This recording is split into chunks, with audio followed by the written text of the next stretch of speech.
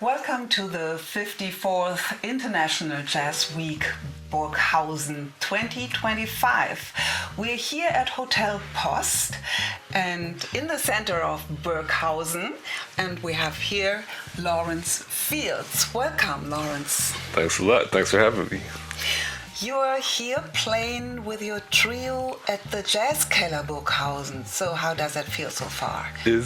It's been great so far. You know, I always like, I talk about this a lot, but, you know, sometimes you play a big theater or a huge stage, and it's like you are here and the audience is over here. And I always enjoy the feeling of intimacy when I'm playing, you know, like having the audience right there with you, being able to see everyone's face. And yeah, it's been nice. It's like that. And also the people here are very warm, you know, very open, friendly, encouraging. So yeah, it's been a good experience so far. Burghausen has some jazz history, as we could see on the Walk of Fame. Yes, it's true.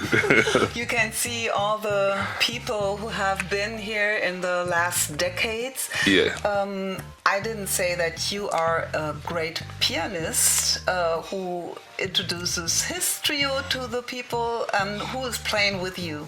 So I have one of my good friends, known him for 20 plus years, Yasushi Nakamura is playing the bass, and also a friend of mine. We started to connect kind of later, but we've been circling each other for a while, and that's Greg Hutchinson on the drums. And you have recorded together, as I heard? So I recorded with Yasushi. So when I was getting ready to do my album, I was trying to figure out, you know, like who to use and going through some names. But it felt best to use people who were close to me and people who are related to, you know, not just musically, but also outside of that as well.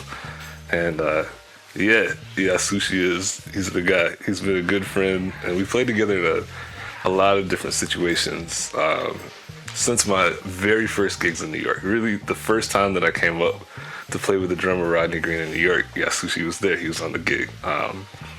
So yeah, I decided to call him, and there's another great friend of mine, a drummer, Corey Fonville, who also plays in a variety of situations. He plays with Kurt Elling. We played together with Christian Scott, who's now known as Chief Ajua. I first met him playing with Nicholas Payton years ago. But similarly, like, as a friend and also as a bandmate, we've been together in a lot of situations. So Butcher Brown, that's another band he plays with. Butcher Brown, that is Corey's band, and I kind of watched him grow it, which has been cool. And yeah. So that was the album trio, me, Corey, and Yasushi. So you said a little bit about the people who worked with, but what is style concerned? What is your thing? Yeah, well, so part of the reason, you know, I waited before I recorded this album. I didn't just jump out into recording or you know, having my album as a leader, because I wanted to figure out how to take all the different influences that I've had and put them together in a way that it makes sense, you know? I didn't want to have an album where you listen to one track, another track is completely different, but I still wanted to represent the full range of the music that I've played. And coming to this point, playing with, you know, like Joe Lovano, one particular style of music, very free, very traditional, but very open. Playing with Christian Scott, now Chief Ajua, very modern, incorporating, you know, influences from progressive rock and hip hop and African music and all these other things. And playing with other people, Nicholas Payton, Nate Smith, all these things represent pieces of music that I love. And so I was trying to figure out, how do I blend them to show the whole, but not in a way that's jarring.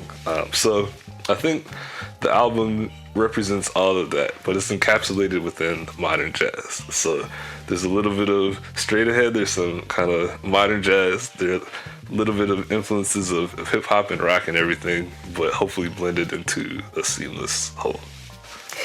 You released this recording on a label that is a German label, or yes, half German, Austrian, I don't know. It's Rhythm and Flow. Rhythm and Flow. How did you get in contact with that label?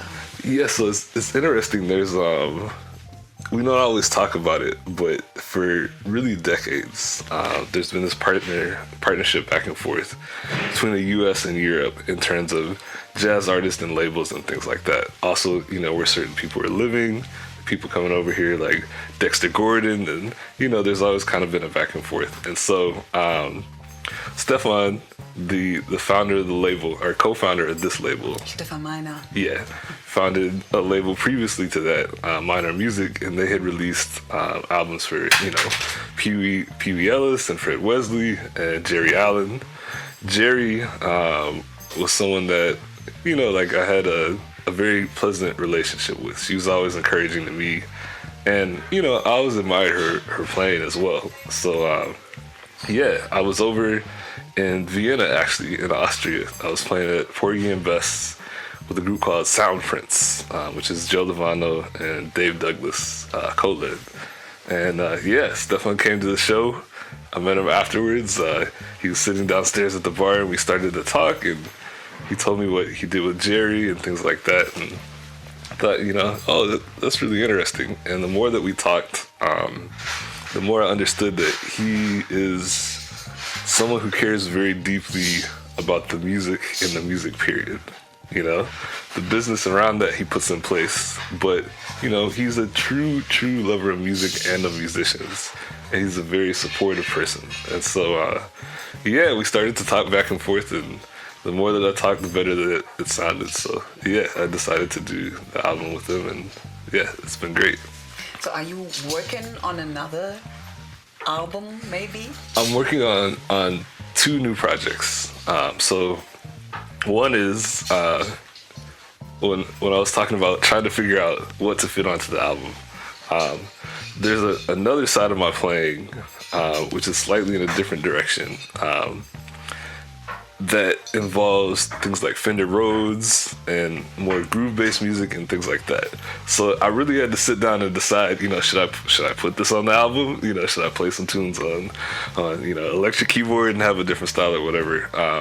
But I figured, okay, so I'll put the styles that I can fit under acoustic modern jazz together on one record, and I'll save the rest for a separate project. For later.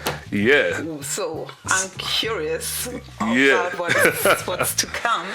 But, So my next project, I'm gonna do an EP, short, just a few songs, but it'll be based around that.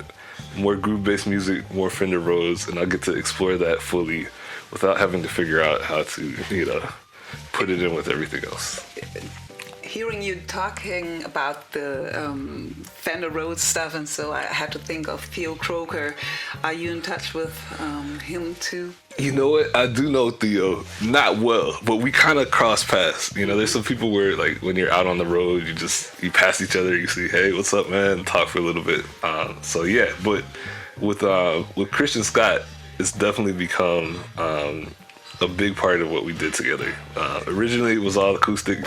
But there was an album called Stretch Music, and around that time, we started to integrate the Fender Rhodes and keyboards and things like that. And since then, it's been a big part of that. But also a couple of other artists that I play with as well. So there's Nate Smith, who's one of the foremost, if not the foremost, drummer for that style of music.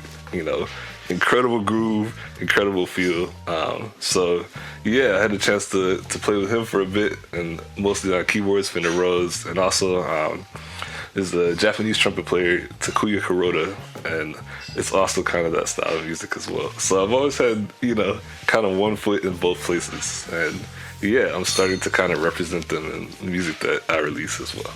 Coming back to Burghausen and the Jazz Keller, where you have been playing all week, here are very many people who come by. I think Kenny Garrett was there to sit in with you even. Is that true?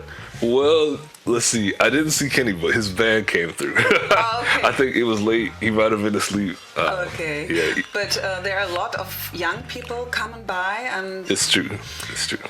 so what would you... I mean, you saw them and maybe they sat in and played another solo or, like that. What would you say about these young cats who join you there in the Jazz Keller? It's great. I think that one of the interesting things and the nice things about this festival particularly is that there's a lot of blending of one generation and another. So almost every day, for one reason or another, they found a way to include younger people in the festival. So I believe there was a competition early in the week. They had a German youth big band playing yesterday, and for various nights of the week they've been here, and so I think that's nice. It wouldn't be the same to have an open jam session if you weren't able to have people who can really utilize this experience for something great. And what better time to do it? If you're learning, whether it's high school, college, whatever, you can come out and play with people who are touring around, and that is really how the music gets passed along. We were talking about it the other day. Like, people write about how to play jazz, and you can go on YouTube and see a video, or you can play this note on this chord and things like that. But the real soul of the music gets passed along directly from person to person. So yeah, it's been something we've kind of been enjoying all week, just having a chance to play with them and hear them, and to kind of pass things back and forth. That's what festivals are for.